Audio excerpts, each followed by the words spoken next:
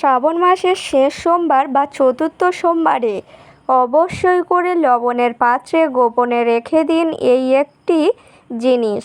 রাতারাতি হবেন ধনবান এবং বাড়িতে যদি বাস্তু দোষ থাকে তার থেকে মুক্তি পেতে পারেন। নমস্কার বন্ধুরা, আজ চলে এসেছি আরও একটি নতুন ভিডিও নিয়ে।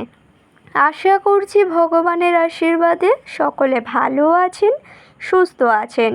তো বন্ধুরা, আগামীকাল অর্থাৎ কালকেই কিন্তু শ্রাবণ মাসের শেষ সোমবার বা চতুর্থ সোমবার। আর এই দিনে যদি বাড়ির লবণের পাত্রে গোপনে রেখে দিতে পারেন এই জিনিসটি, তাহলে কিন্তু বাড়ি থেকে বাস্তু দোষ দূর হবে এবং তার সাথে সাথে প্রচুর অর্থ সংসারে আসবে।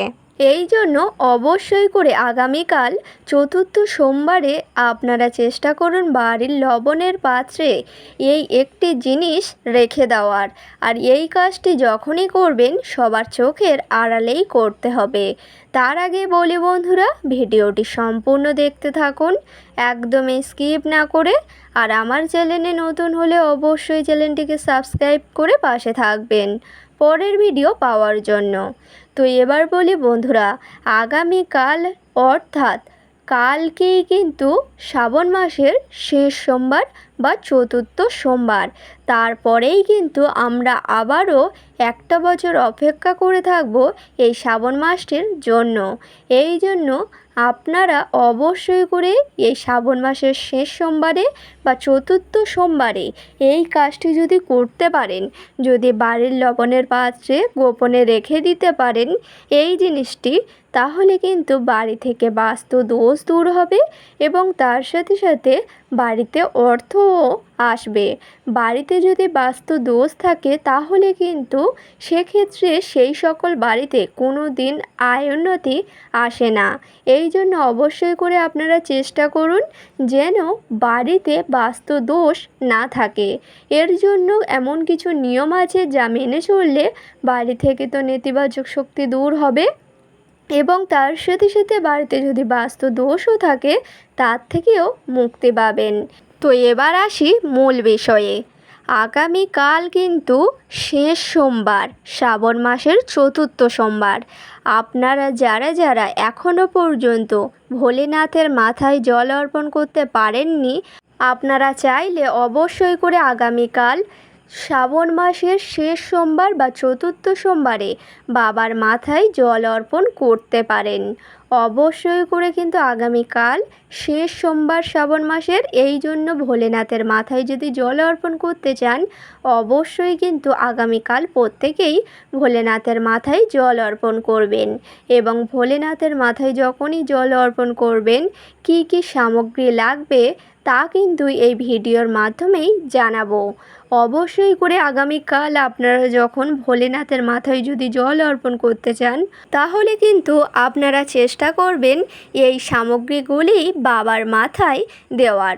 অর্থাৎ ভোলেনাথের মাথায় এই সামগ্রীগুলি দিলেই কিন্তু বাবা সন্তুষ্ট হবেন এবং তারপরেই কিন্তু গঙ্গা জল বা ডাবের জল, দুধ, ঘি, মধু দিয়ে বাবার মাথায় জল অর্পণ করবেন।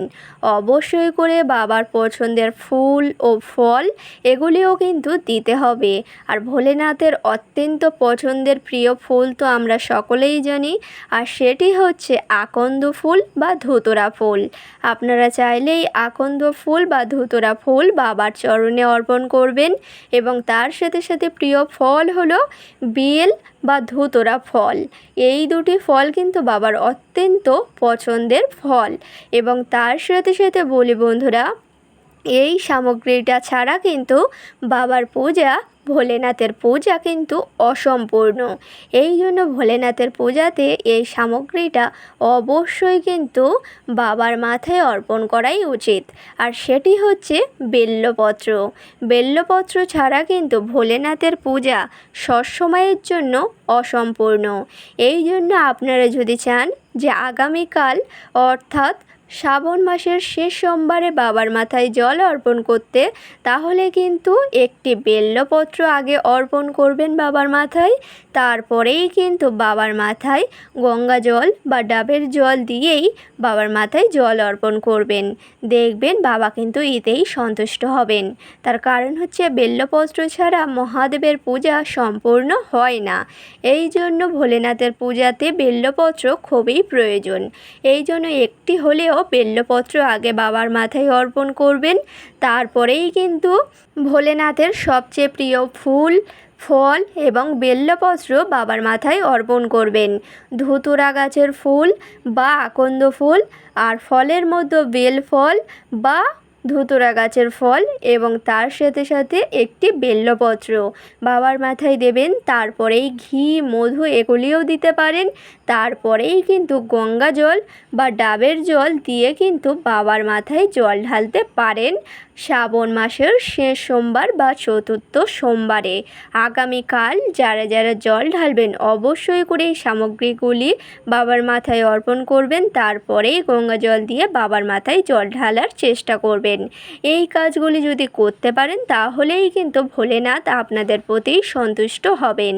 এবং তারপরেই যখন ভোলেনাথকে জল অর্পণ করা হয়ে যাবে, অর্থাৎ আগামীকাল শ্রাবণ মাসের শেষ সোমবারের সন্ধ্যাতে এই কাজটি কিন্তু আপনাদেরকে করতে হবে।